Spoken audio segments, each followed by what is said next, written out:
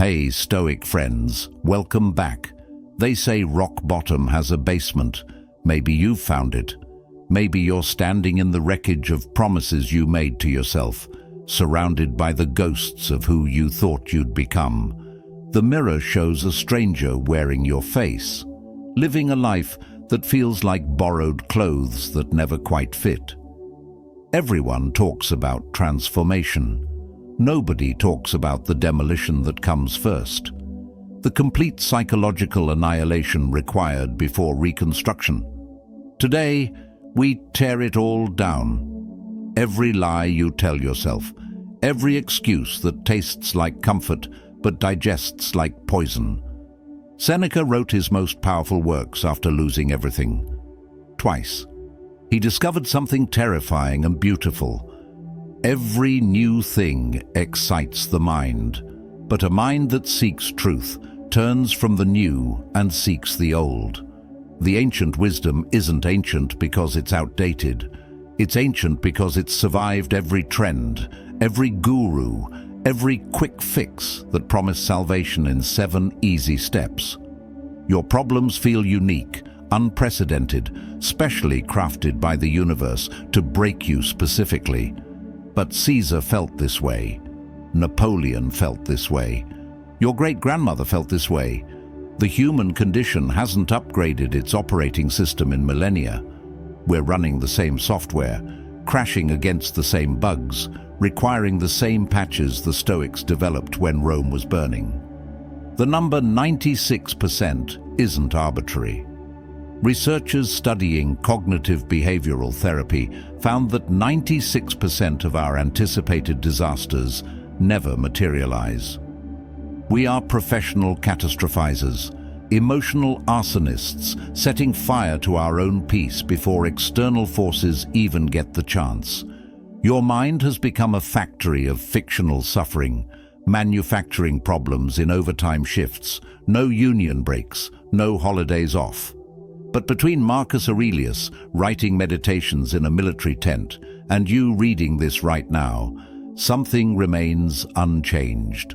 The raw, primal human capacity to choose response over reaction, to build philosophy from pain, to transform mental chaos into intellectual architecture so solid that external circumstances bounce off like rain on marble.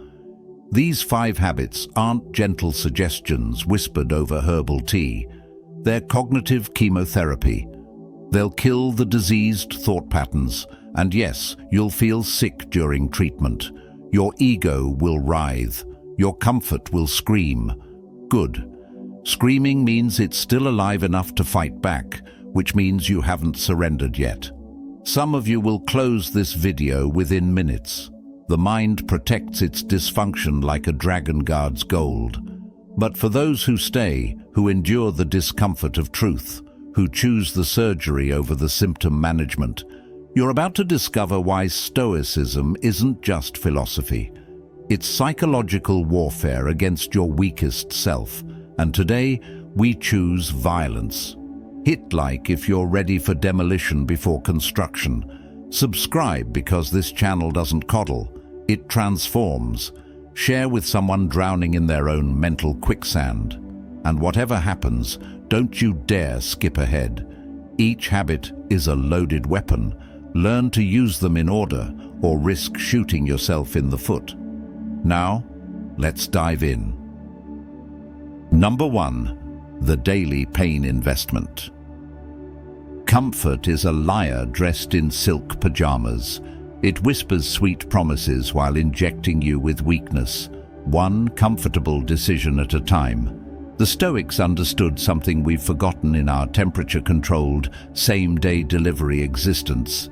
Resilience requires resistance training. Cato wore rough tunics in public while others wore fine robes, not because he couldn't afford better, because he could afford to not care. It is a shameful thing to be weary of inquiry, he said, when what we search for is excellent. He was programming his mind through deliberate hardship, building psychological calluses where others developed sensitivity. The habit is deceptively simple, terrifyingly effective. Every single day, choose one unnecessary hardship. Cold shower when you crave heat. Walk when you could drive. Silence when you want music. Hunger when food surrounds you. Not as punishment, as programming. You're teaching your brain that discomfort isn't an emergency. It's just Tuesday. Modern neuroscience confirms what Stoics knew instinctively. Your brain cannot differentiate between voluntary and involuntary discomfort in terms of resilience building. When you choose cold water, you're literally rewiring neural pathways that activate during all uncomfortable situations. That awkward conversation becomes easier. That rejection stings less. That failure feels more like data than devastation. But here's where everyone fails. They make it dramatic. They announce their cold showers on social media. They turn discomfort into performance art. Real voluntary discomfort is silent, private. It's between you and your weakness, nobody else invited to the funeral of your fragility. Start tomorrow with this. Skip your morning coffee, feel the headache, acknowledge the irritability, then smile because you chose this battle. You're not a victim of caffeine withdrawal, you're an architect of mental fortitude. That small victory cascades. Suddenly, your boss's criticism doesn't devastate. Traffic doesn't enrage. Life doesn't happen to you anymore. You happen to life. The modern world has made comfort mandatory and discomfort traumatic. We've bubble-wrapped our existence until the slightest inconvenience feels like assault. Your ancestors survived wars, famines, plagues. You panic when the Wi-Fi drops. This isn't evolution, it's devolution. And voluntary discomfort is your rebellion against the softness that's rotting society from inside out. Number 2. The mental rehearsal of losing everything. Paradise is a graveyard of appreciation. The moment you achieve what you wanted, it becomes what you expect, then what you deserve, then what disappoints you. This is hedonic adaptation, the psychological equivalent of building tolerance to a drug. Your dream job becomes just a job. Your perfect relationship becomes routine. Your answered prayers become your baseline complaints. The Stoics had an antidote so powerful that modern therapists are just now catching up. They called it premeditatio malorum. But forget the Latin. Call it what it really is: scheduled devastation practice, controlled demolition of your attachments before life does it for you. Epictetus, the slave philosopher, taught this with brutal clarity. When giving your child or wife a kiss, repeat to yourself, "I am kissing a mortal." Morbid? No, liberating. Because when you acknowledge impermanence, every moment becomes sacred. When you remember loss is inevitable, presence becomes involuntary. Here's the protocol that will resurrect your gratitude from its coma. Every Sunday night, spend 10 minutes mentally losing everything. Your job, fired tomorrow. Your relationship, ended without explanation. Your health, diagnosed with something terrifying. Your loved ones, gone. Feel it. Don't intellectualize it. Feel the free fall, the vertigo of loss, the crushing weight of emptiness. Then open your eyes. Everything is still here, but now you see it differently. Your mundane Monday morning suddenly shimmers with possibility. Your annoying partner becomes a miracle of probability. Of all the humans across all the centuries, this one chose you. Your boring job becomes a source of stability in an unstable world. You haven't gained anything. You've just stopped being blind to what you have. Most people think this practice breeds paranoia or manifests bad outcomes. These people don't understand the difference between worry and preparation. Worry is involuntary mental torture. This is voluntary mental vaccination. You're introducing small doses of loss to build immunity to devastation. The science is undeniable. Researchers found that people who regularly practice this report higher life satisfaction than those who practice only positive thinking. Why? Because gratitude without the shadow of loss is just entitlement wearing a smile. But gratitude born from acknowledged impermanence? That's enlightenment dressed in ordinary clothes. I practiced this before my mother's death. Every visit, I'd imagine it was our last. Sounds dark? It made every conversation count. When she actually died, grief still arrived, but regret didn't. I had already grieved her 100 times. I had already said everything. The funeral was for everyone else. My goodbye had been happening for years, one conscious moment at a time. Your resistance to this practice reveals your attachment to illusion. You prefer the fantasy of permanence to the reality of flux. But permanence is the only impossible thing in an impermanent universe. Fighting this truth is like declaring war on gravity. You'll lose, and you'll fall hard. Write this oath in the comments. I practice loss to appreciate presence. Number 3. Turning disasters into advantages. Nietzsche stole it from the Stoics, and nobody talks about it. Amor fati. Love your fate. Not accept it. Not tolerate it. Love it. Love the cancer diagnosis. Love the bankruptcy. Love the betrayal. This isn't toxic positivity.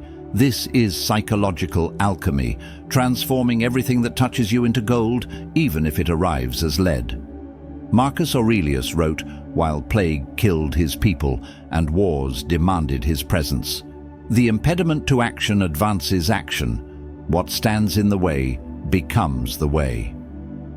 He didn't write this from comfort. He wrote it from hell, and he meant it. Every obstacle was secretly an opportunity wearing a disguise. The habit that changes everything. When tragedy strikes, ask one question within the first 60 seconds. How is this the best thing that could have happened? Not, what's the silver lining? Not, everything happens for a reason. But actively declaring this disaster as the exact thing you needed, precisely when you needed it. Your brain will revolt. It will present evidence of the tragedy's tragic nature. Perfect. That resistance is your old programming fighting installation of the new software. Push through. Find the answer. There's always an answer, hiding behind your attachment to the problem. Lost your job? Perfect. You were getting comfortable. Complacency was killing you slowly. Now you're forced to evolve or starve. That's not a crisis. That's natural selection offering you an invitation to level up. Relationship ended. Outstanding. You were losing yourself in another person. Now you get to discover who you are when nobody's watching. That's not abandonment. That's liberation. This isn't delusional thinking. It's strategic interpretation. Reality is neutral. A tree falling is just physics. Whether it's tragedy or opportunity depends entirely on your narrative. The tree fell on your house? Tragedy narrative. I'm cursed. Power narrative. I needed to renovate anyway. The universe just forced my hand. Same tree, same house, different story, different life. The neuroscience is staggering. When you practice this mental flip, your brain literally cannot maintain stress hormones at the same level. Cortisol drops, dopamine rises. Not because the situation changed, because your interpretation changed. You're hacking your biochemistry through philosophy. The Stoics were neurohackers before neurons were discovered. I watched a man lose his company, his marriage, and his health in 6 months. By every metric, his life had collapsed. 2 years later, he told me it was the greatest gift he ever received. The company was a prison. The marriage was dead. His health scare made him finally take care of himself. He didn't just survive his worst year, he required it. Without that destruction, no reconstruction. Without that death, no rebirth. But here's the secret nobody tells you. This only works if you commit completely. You can't half-love your fate. You can't selectively approve certain plot twists. It's all or nothing, total surrender or total resistance. The middle ground is where suffering lives. Number 4, the emotional detachment strategy. Your emotions are arsonists. They burn down logic, torch perspective, and leave you standing in the ashes of decisions you'll regret for decades. That text you sent at 2 a.m. in rage, that job you quit in a moment of pride, that relationship you destroyed in a fit of jealousy. Your emotions didn't just influence these decisions. They hijacked your brain and drove it off a cliff while you watched from the passenger seat. The Stoics discovered something that modern therapy charges thousands to teach. The gap. The sacred pause between stimulus and response where choice lives. Marcus Aurelius called it the view from above, the ability to float outside your emotional storm and watch it like weather patterns on a map. You're not the storm, you're the satellite observing it. Here's the practice that will save you from yourself. When emotion floods your system, rage, despair, euphoria, anything intense, immediately name it out loud. Anger is here. Not I am angry. The difference isn't semantic, it's existential. You are not your emotions. You're the consciousness experiencing them. They're visitors, not residents. Storms, not climate. The moment you name it, count to 17. Not 10, 17. The unusual number forces conscious counting, breaking the automatic response pattern. During those 17 seconds, ask yourself, will this matter in 17 months? If not, it doesn't deserve 17 seconds of reaction. This isn't suppression, it's strategic deployment of emotional resources. Science backs this with embarrassing thoroughness. Brain scans show that naming emotions literally moves neural activity from the amygdala, your panic button, to the prefrontal cortex, your CEO. You're not managing emotions. You're performing corporate restructuring on your brain's hierarchy. The primitive hijacker gets demoted. The executive takes command. But here's what nobody understands. Emotional detachment doesn't mean emotional absence. The Stoics weren't robots. They felt everything. The difference? They felt emotions without becoming them, like watching fire through glass. You see the heat, appreciate the light, but don't get burned. Your emotions become information, not instruction. I learned this watching my business partner embezzle everything. The rage was volcanic. Every cell in my body screamed for revenge. But I named it. Rage is here. Counted to 17. Asked the question. Then I responded strategically instead of emotionally. I didn't attack. I documented. I didn't explode. I prepared. 6 months later, he was in prison. Not because I acted on rage, because I acted despite it. The modern world weaponizes your emotions against you. Social media algorithms feed on your outrage. News profits from your fear. Advertising exploits your insecurity. You're not a person anymore. You're an emotional ATM, and everyone has your PIN. This practice changes the code. Suddenly, the manipulators are typing the wrong numbers. Your emotions stop being buttons others can push. Watch a child have a tantrum. They become the anger. It possesses them completely. Now watch a master negotiator in a heated discussion. They observe the anger, acknowledge it, then use it as data while remaining centered. The child is enslaved by emotion. The master employs it. Which one are you? Which one do you want to be? The world will call you cold. Let them. They're drowning in their own emotional tsunamis while you're walking on water. Not because you don't feel the waves, because you've learned the difference between swimming in the ocean and becoming it. Number 5. The death clock meditation. Everyone knows they'll die. Nobody believes it. You live like you're immortal, planning to start living someday, as if someday is a day of the week. Meanwhile, death sits in the corner, patient as gravity, waiting to collect what was always his. The Stoics didn't fear this. They befriended it. They made death their advisor, their counselor, their most trusted consultant. Let us prepare our minds as if we'd come to the very end of life, Seneca wrote. Let us postpone nothing. Let us balance life's books each day. The one who puts the finishing touches on their life each day is never short of time. He wasn't being morbid. He was being mathematical. Death is the only guaranteed event in your calendar. Everything else is speculation. Here's the practice that will revolutionize your existence. Calculate your death date. Actuarial tables give you the average. Add your family history.